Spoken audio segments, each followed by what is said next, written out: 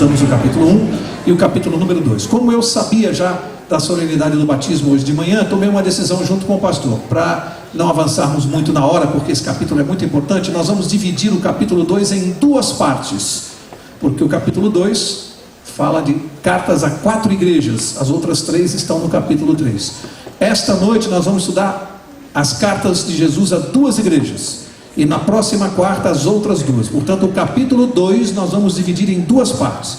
Primeira parte hoje, segunda parte do capítulo 2 na próxima quarta. Assim a gente não precisa eliminar nada do estudo e também não vai ficar muito longo, e nós vamos embora na hora certa hoje, não vamos atrasar.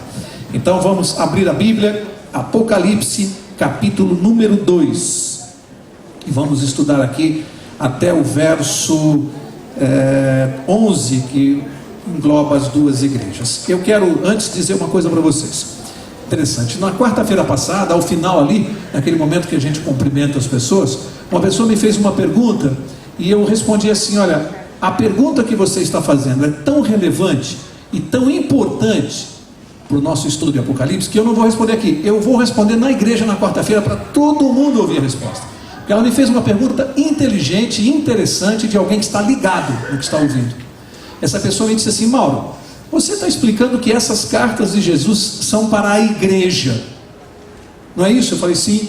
E ela disse: se são para a igreja, por que elas foram escritas em símbolos? Se fossem escritas de maneira clara, não seria mais fácil para o povo de Deus entender? Não é uma boa pergunta? Não é uma boa pergunta? Por que o livro de Apocalipse foi escrito em símbolos, de uma maneira que dificulta a compreensão da maioria, e a Bíblia diz que somente os servos de Deus compreendem a linguagem simbólica? E essa pessoa me perguntou: mas por quê? Não é uma mensagem para a igreja? Por que Jesus não falou de forma clara? E eu disse: uma pergunta tão importante que eu vou responder na quarta-feira, para que todo mundo ouça essa resposta. E a resposta é simples, gente. 3 questões importantes. Primeira, quando Jesus Cristo fez a revelação para João, e nós sabemos a data, estudamos já aqui, né? Por volta do ano 94, já da era cristã, depois de Cristo, estava acontecendo uma coisa muito importante naquele tempo. Havia uma ferrenha perseguição à igreja de Deus, e nós vamos estudar isso essa noite também. O povo cristão estava sendo perseguido, lembram-se? Jesus já havia morrido na cruz, e os cristãos estavam sendo perseguidos e mortos. Portanto, primeiro argumento: se Jesus tivesse escrito o livro de Apocalipse, revelado de maneira clara, os inimigos dos cristãos teriam destruído esse livro, porque teriam entendido a mensagem. Segunda razão: Jesus falava muito e pregou muito contra o Império Romano, o império dominante que estava, de uma certa maneira, agredindo o povo cristão. E Jesus pregou muito contra os romanos. Se eles entendessem o que Jesus está revelando aqui, eles teriam destruído esse livro. Outro argumento: o livro de Apocalipse, nós vamos estudar ao longo desse semestre, vai falar de muita coisa importante, mas vocês vão ver que no seu centro é um livro que vai falar muito contra 3 corporações religiosas que existem no mundo, especialmente contra 3 muito grandes. Eu não vou dizer agora para não perder a graça, você vai acompanhar o curso. Mas 3 corporações religiosas foram muito criticadas por Jesus, e ele desvendou toda mentira que existe por trás de 3 corporações religiosas que você conhece muito bem. Não perca o seminário. Ora, se essas corporações entendessem as críticas de Jesus ao longo dos séculos, teriam destruído este livro. E o quarto argumento importante é que Jesus, quando pregava para os seus adversários, para os seus inimigos, e assim com os fariseus, sempre que Jesus pregou para os seus inimigos, sabe o que ele fazia? Ele falava em parábolas para que os seus adversários não entendessem. Somente os seus seguidores entendiam. Se Jesus dissesse claramente e os seus adversários entendessem, ele teria sido morto talvez muito antes do que foi, e este livro hoje não existiria mais para nós. Sabem por que a Bíblia foi preservada? Porque todos aqueles que são criticados por esse livro, como a mensagem é simbólica, eles não entendem as críticas, e eles preferem julgar esse livro um livro misterioso que ninguém consegue compreender, e eles deixam a Bíblia em paz, porque não entendem. Vejam como Deus é sábio. Por isso o livro foi escrito em símbolos. E a Bíblia diz que somente os servos de Deus iriam entender. É exatamente o que nós estamos fazendo aqui. Vocês viram no capítulo 1, deu para entender claramente a mensagem do capítulo 1? E vocês vão ver agora no capítulo 2, que embora uma mensagem em símbolos, cifrada, com figuras, vocês vão ver como nós cristãos vamos entender o recado de Jesus. Mas os inimigos de Deus não compreendem. Leem e releem esse livro e não entendem nada. Olha como Deus é sábio. O livro atravessa os séculos exatamente porque aqueles que são criticados não compreendem a crítica. Deus sabe de todas as coisas. Então aquilo que para nós é, por que ele não escreveu de forma clara? Está respondido por que não? Senão eu e você hoje não teríamos mais este livro aqui. Teria sido destruído há muitos séculos atrás. Ok? Então vamos lá, Apocalipse capítulo 2, verso 1. E diz assim, antes de capítulo 2, de 2:1, antes do verso 1, eu tenho mais algumas observações aqui interessantes sobre o livro de Apocalipse. Primeira, no capítulo 1 que nós estudamos semana passada, vocês viram que Jesus dava a visão para João, para o profeta, e mandava ele escrever.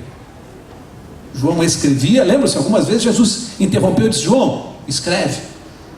Agora no capítulo 2 não, agora Jesus começa a ditar para João.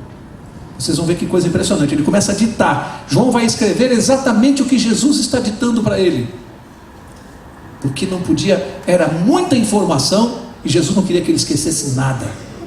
Olha que coisa impressionante, Jesus passa a ditar para João, escreve aí o que eu vou dizer, e ele escrevia exatamente o que Jesus dizia para ele, tá? Essa informação. Outra coisa, vocês vão ver que a partir de agora nós vamos estudar as chamadas cartas às 7 igrejas. Vamos ver claramente, sem nenhuma dúvida, que essas 7 igrejas mencionadas aqui, as cartas não são somente para elas. Essas 7 igrejas eram igrejas situadas, existentes no tempo de João, existentes na Ásia. Todas elas existiam. Mas vocês vão ver pelo contexto, por aquilo que Jesus ditou, que não se referia apenas àquelas igrejas. O interessante é que cada uma daquelas igrejas, e nós vamos ver isso claramente, representava uma época, um período da igreja de Deus na terra. Que coisa fantástica, nós vamos ver. Cada igreja tinha a ver com um período de tempo. Você vai ver isso claramente junto comigo a partir de hoje. Portanto, quando Jesus começou a falar das 7 igrejas, ele estava falando da igreja desde os apóstolos até nós hoje. Vocês vão ver que nós estamos no período da 7ª e última igreja. E a mensagem da 7ª igreja é para nós. Impressionante isso. Daí o cuidado de Jesus com essa mensagem. Outra coisa interessante é que ao final de cada uma das cartas às 7 igrejas, você vai encontrar sempre a expressão, quem tem ouvidos, ouça o que o Espírito Santo diz às igrejas. Ao final de cada carta, Jesus terminava assim. O que isso prova? Isso confirma que as cartas não eram só para aquela igreja, e servem também para nós. Por quê? Porque quem tem ouvidos, ouça. Só o pessoal daquele tempo tinha ouvido? Você também não tem? Eu não tenho? Olha, se é para quem tem ouvido ouvir, é para... Ou seja, embora se aplique o que Jesus vai dizer a um período, vai descrever um período da trajetória da igreja, é profecia pura. Vocês vão ver que a história confirmou, em cada período, a história confirmou o que Jesus escreveu. Impressionante. Mas além disso, embora se referisse àquele período, serve para nós hoje. Quem tem ouvidos, ouça. Quanta lição nós vamos tirar da história da igreja, que serve para a minha vida e para a sua individualmente. Vamos ver isso também. E a última coisa é que, não precisa tirar essa página não, para a gente não perder tempo, mas eu vou ler aqui o que está em João 13:19, vou ler rapidinho, e Jesus disse assim, desde já vos digo, antes que aconteça, para que quando acontecer, creiais que eu sou. Sabe o que Jesus quis dizer aqui? Em termos de profecia, ele diz assim, ó, desde agora eu vou contar para vocês o que vai acontecer, para quando acontecer, vocês saibam que eu sou Deus. O que eu quero dizer com isso? Algumas profecias, amigos, elas ficam mais claras e mais fáceis de entender depois que aconteceram.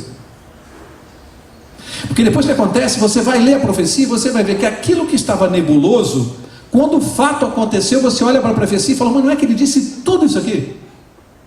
Então Jesus estava dizendo assim, ó, muita coisa que eu estou dizendo agora que vai acontecer, vocês vão compreender melhor quando acontecer, porque vocês vão ter o fato confirmando os detalhes do que eu estou falando. E foi isso que aconteceu. Jesus deu a carta às 7 igrejas, e hoje que nós já estamos no período da 7ª, a gente olha para trás, pega a história e vê que ele acertou tudo milimetricamente. Acertou não, porque Deus não adivinha, Deus não acerta, Deus revela. Deus não adivinha o que vai acontecer, não adivinha o futuro, Ele revela o futuro. Então Jesus disse: olha, eu estou falando agora para que quando acontecer vocês saibam que eu sou Deus e que eu revelo o futuro. Então vocês vão ver, nós vamos ler e vou buscar a história, e vocês vão ver que coisa fantástica Jesus disse no ano 94. No ano 94 ele escreveu isso aqui. E vocês vão ver os séculos passando e confirmando milimetricamente o que ele disse que iria acontecer. Por isso que ele falou: João, pega a caneta aí, pega a pena, eu vou ditar e você vai escrever, porque você não pode esquecer um detalhe do que eu vou falar. Escreve aí. Que coisa fantástica. Então vamos lá, agora sim, Apocalipse 2, verso 1, diz assim: ao anjo da igreja de Éfeso escreve, olha só, escreve, vou ditar para você.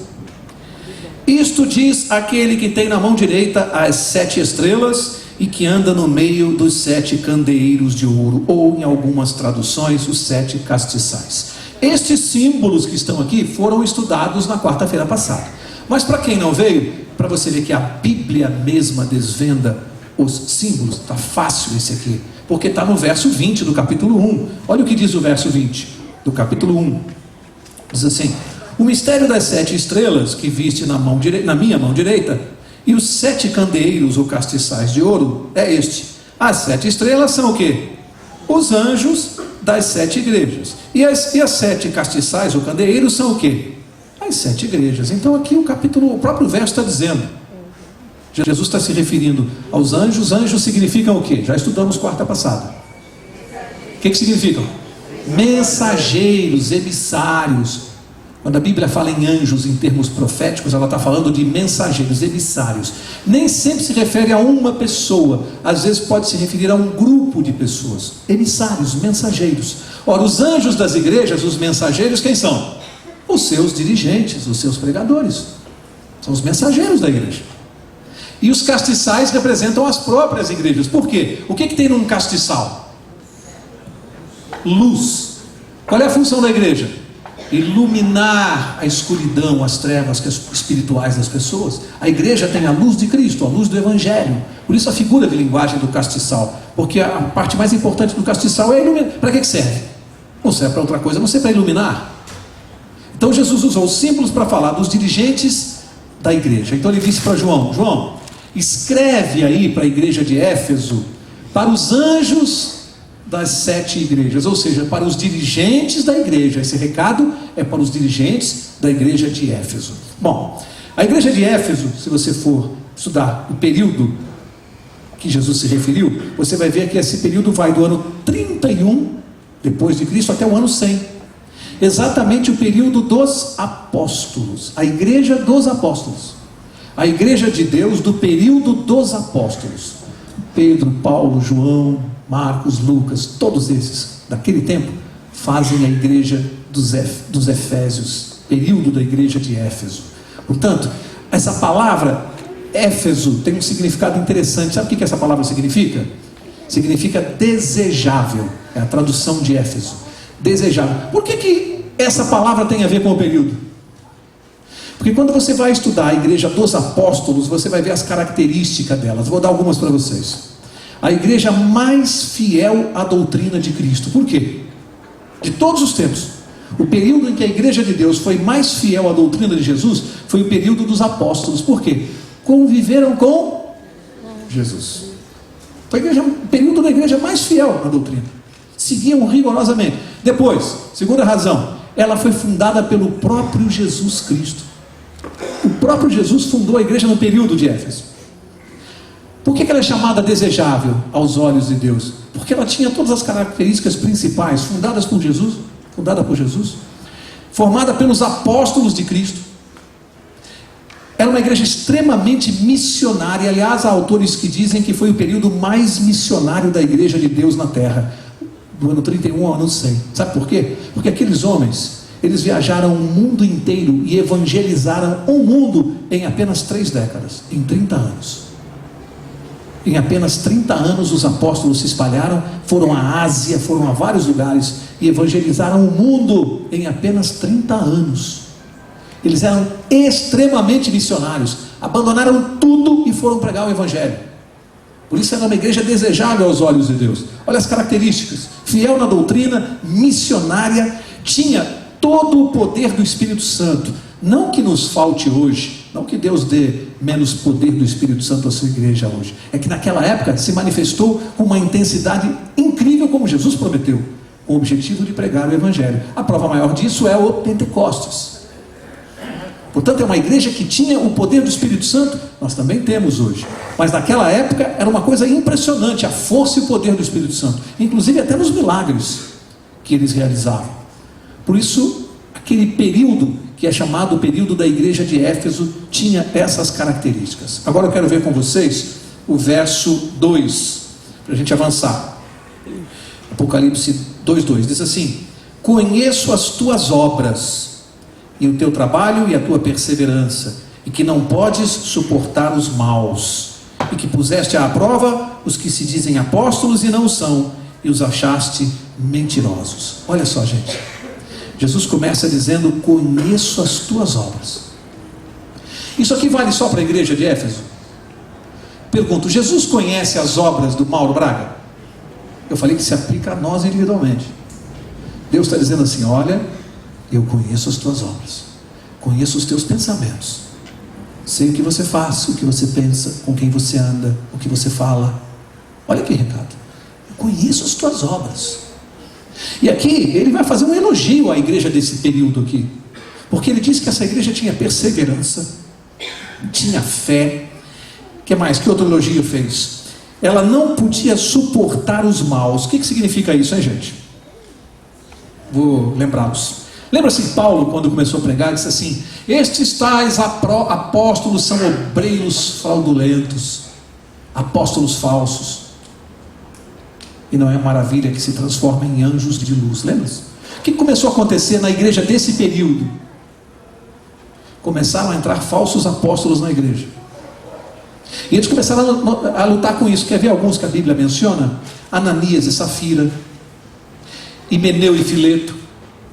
Começaram a entrar, complicando, trazendo doutrinas estranhas para dentro da igreja. Mas a Bíblia diz que eles não suportavam os maus, ou seja, era uma igreja que não aceitava nenhum tipo de deturpação da doutrina. Doutrina pura de Cristo, sem deturpação, sem nada de tradições, de paganismo, nada. Doutrina pura de Jesus no primeiro período da igreja. Eles não suportavam os maus, e Jesus elogiou isso. Isso serve para nós hoje.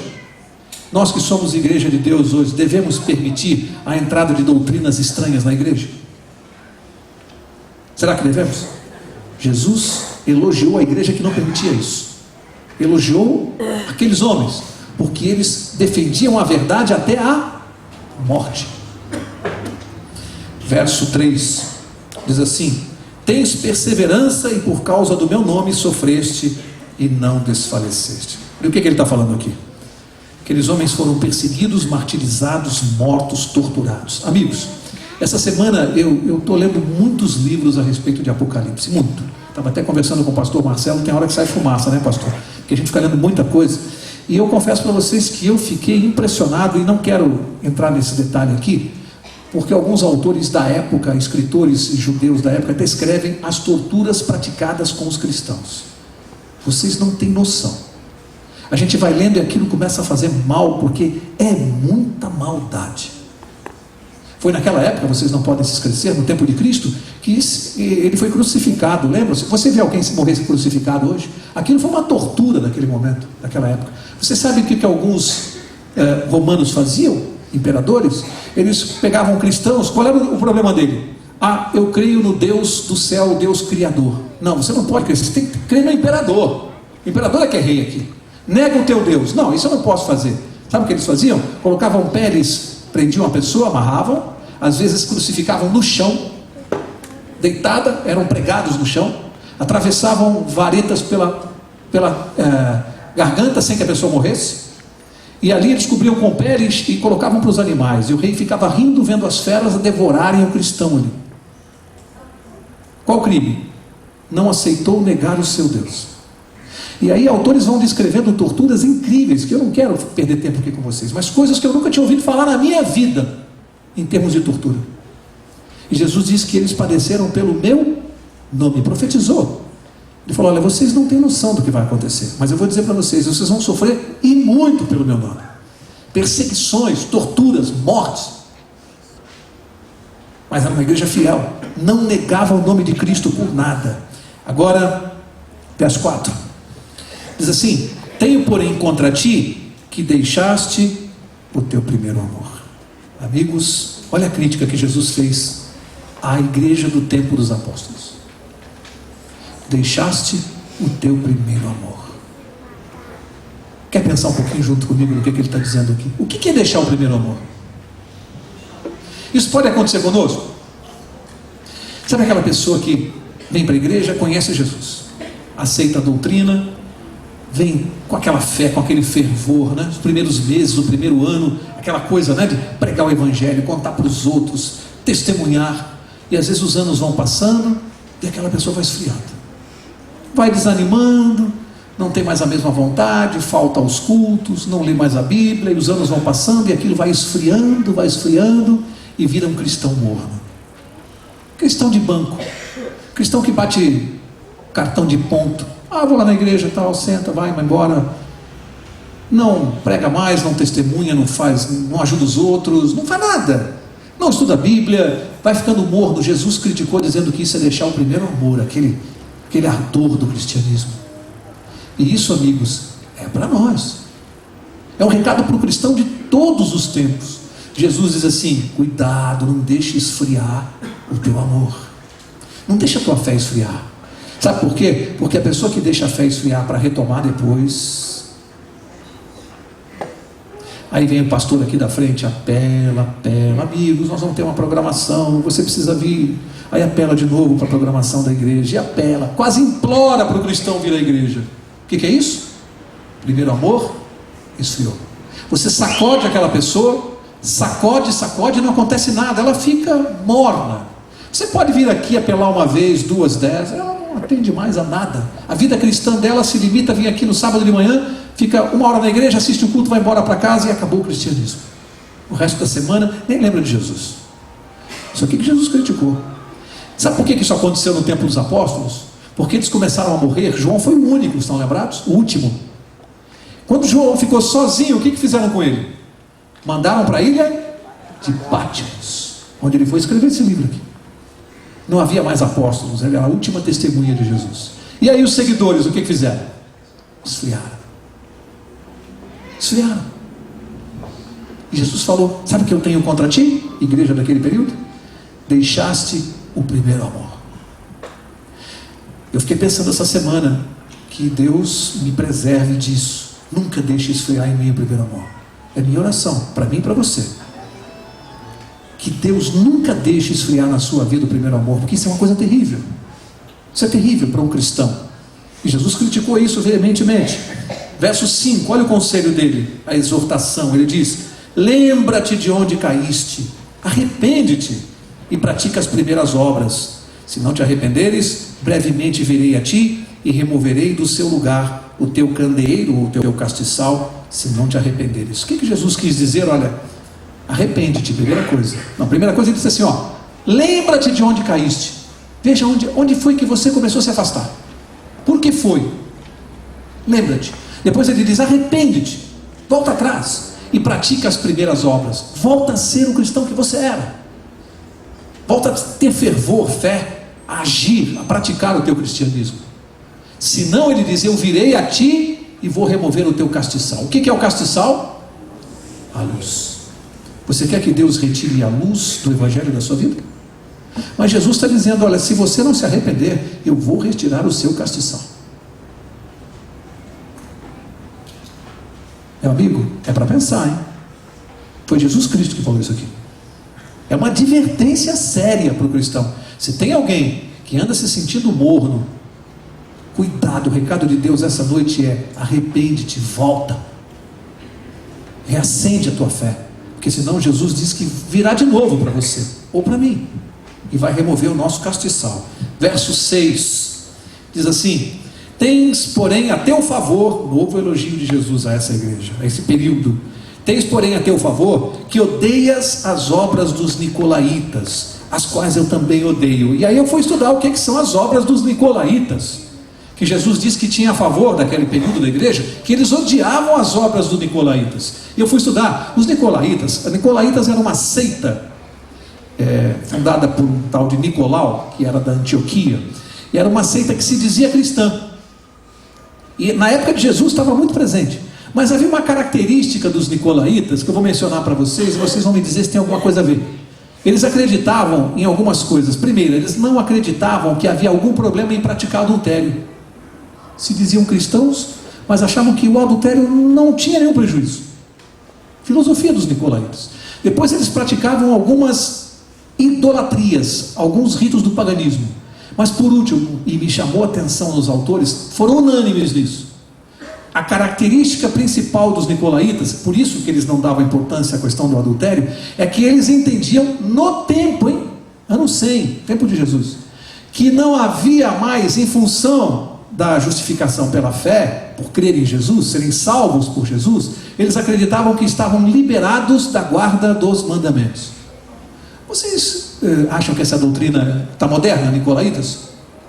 Vocês conhecem cristãos que acham que não precisa mais guardar os mandamentos, porque você está salvo por Jesus? Deus diz que odeia os que pensam assim. Fala assim, ó, vocês odeiam, e eu também, Deus diz. E eu também. Portanto, aquela doutrina dos nicolaítas é moderna hoje. Você encontra um monte de cristão dizendo, não precisa mais guardar mandamento, isso acabou. Hoje é só crer em Jesus. E Deus diz que odeia isso. Isso é antigo, gente. Isso é velho. Vem desde o tempo de Jesus. Isso não tem nada de moderno. E já foi criticado. Verso 7, para encerrar esse período da igreja. Verso 7 diz assim: quem tem ouvidos, o quê? Ouça o que o Espírito diz às igrejas. Ao que vencer, dar-lhe-ei a comer da árvore da vida que está no paraíso de Deus. Deus dizendo, quem tem ouvidos, ouça. A advertência que ele está dando vale para todos os tempos e para aquele período também. E diz que aquele que vencer, ele vai dar de comer da árvore da vida. Primeiro, vencer o quê? O que é que nós temos que vencer? O que vocês acham? Vencer o quê? O pecado. O pecado é o nosso adversário. E eu preciso de Jesus para vencer o pecado. Se eu me sair vencedor, ou seja, se eu acreditar e confiar no poder de Jesus para vencer o pecado, ele diz que o prêmio qual é? Qual é a promessa? Comer da árvore da vida. Amigos, pode vasculhar a Bíblia. Só 2 representantes da raça humana, somente 2, Adão e Eva, experimentaram da árvore da vida. Mais ninguém. Só 2.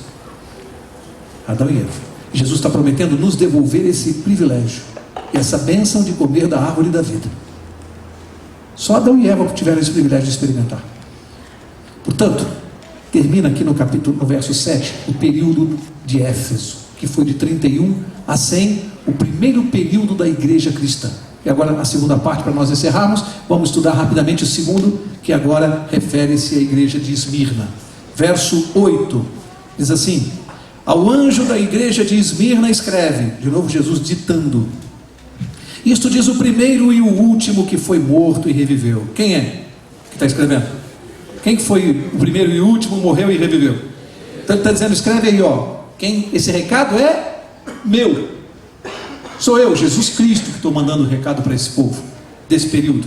Interessante sobre Esmirna, vamos aprender algumas coisas sobre Esmirna. Esmirna é uma cidade que hoje mudou de nome. Ela, na Turquia, ainda é. Ela mudou de nome e chama-se hoje Izmir. Izmir, hoje na Turquia, é a mesma Esmirna do tempo bíblico.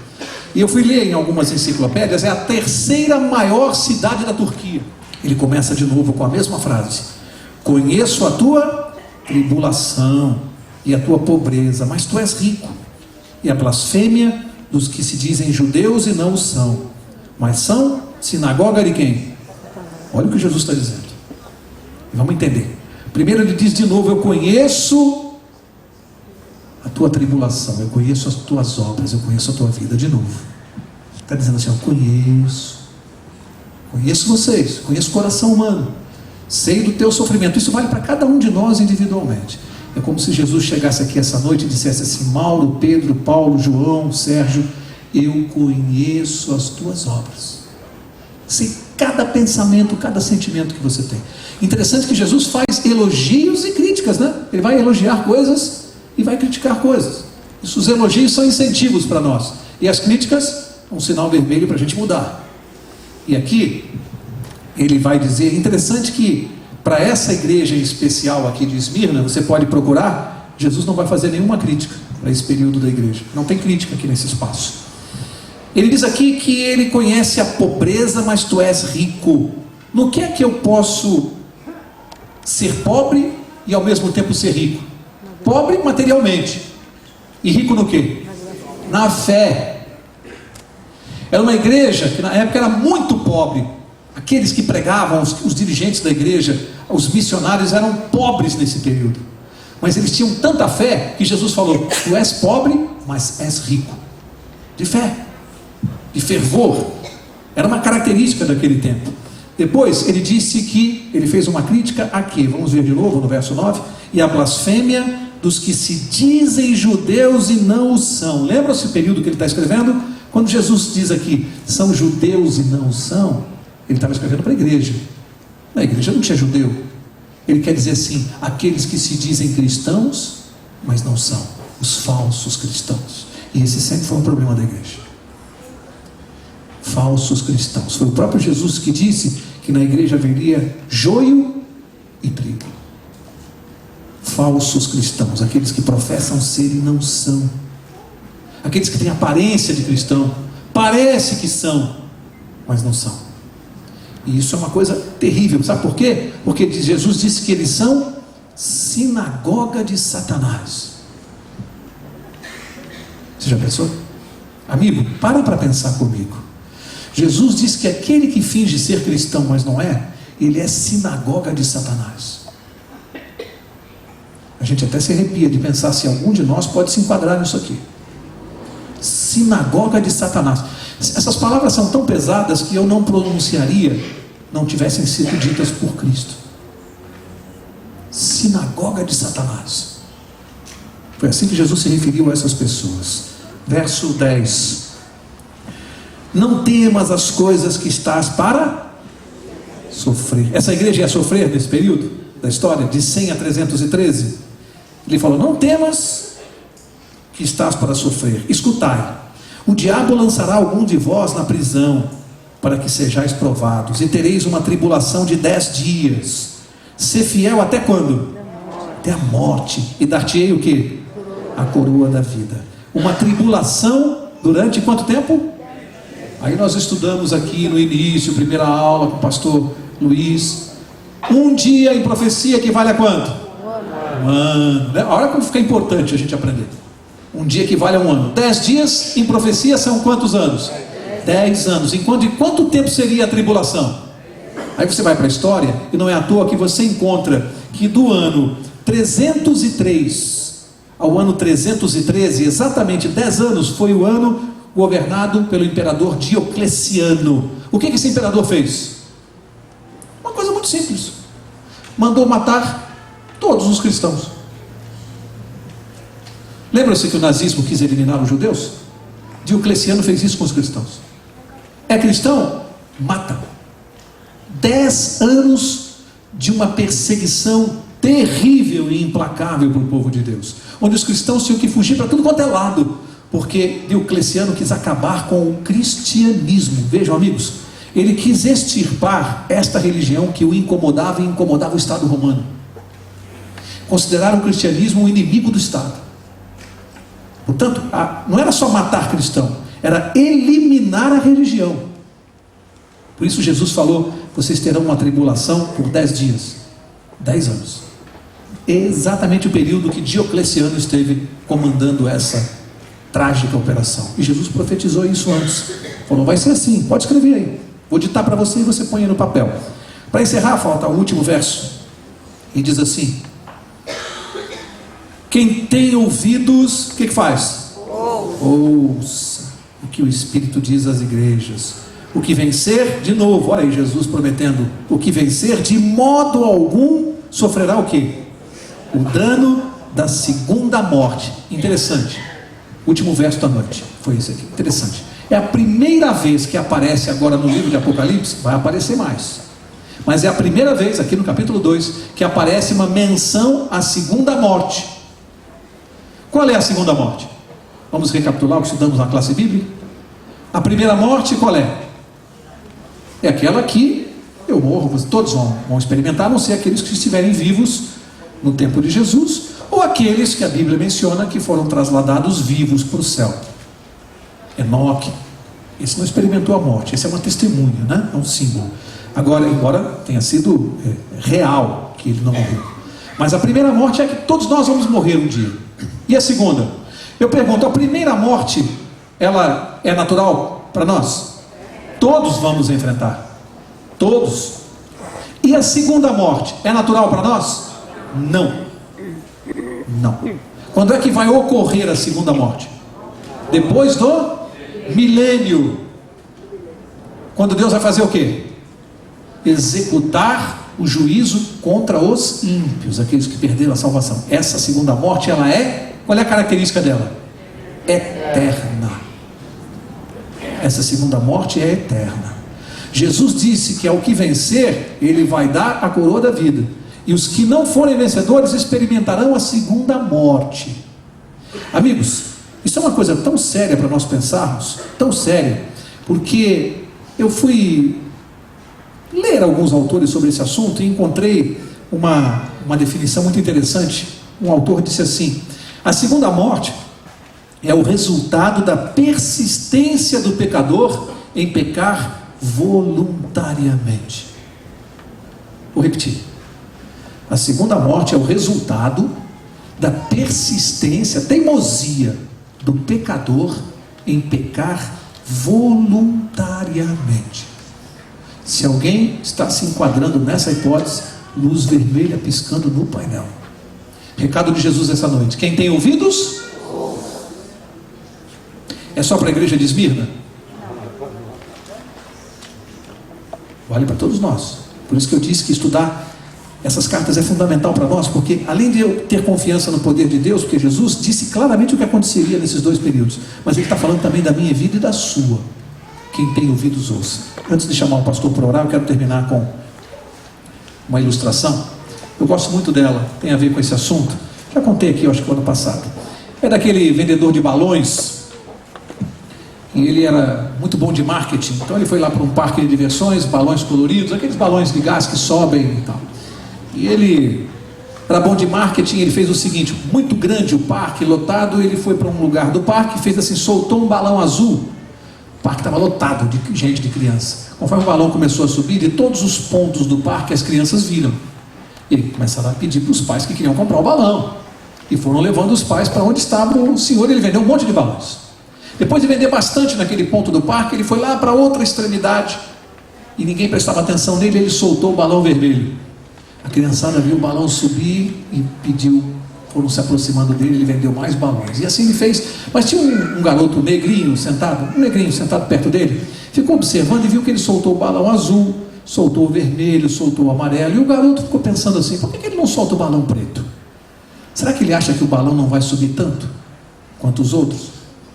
Aí foi lá, começou a puxar a camisa do homem, falou: moço, puxando. Aí o rapaz viu, o garoto falou assim: por que o senhor não solta o balão preto? Ele não sobe igual aos outros? Aí o vendedor viu que era pergunta de uma criança, falou: não tem nada a ver com o aspecto exterior dele, é o que está dentro dele que faz ele subir. O que isso tem a ver com isso? Amigos, ninguém vai subir para encontrar com Jesus por nenhum aspecto exterior. Não vai ser inteligência, cultura, dinheiro, poder, beleza, nada disso vai fazer subir. É o que está dentro que faz subir. Mas raciocina comigo: você já pensou que o que está dentro daquele balão veio de fora e foi colocado dentro dele para ele subir? O que é? O gás. O gás vem de fora e é injetado no balão para ele subir. Conosco é a mesma coisa. O que está dentro de mim e de você vem de fora. Chama-se Jesus Cristo. Você tem que deixar de entrar no seu coração e no meu, para que um dia a gente possa subir. Amém. Que Deus abençoe a cada um de vocês. Na próxima quarta, a segunda parte do capítulo 2. Se eu fosse você, eu não perderia, porque você vai ver quanto recado importante para as próximas igrejas. Estão chegando mais perto de nós, até que nós vamos chegar na igreja do nosso tempo. O que será que Jesus falou para a igreja do nosso tempo, hein? Você quer saber?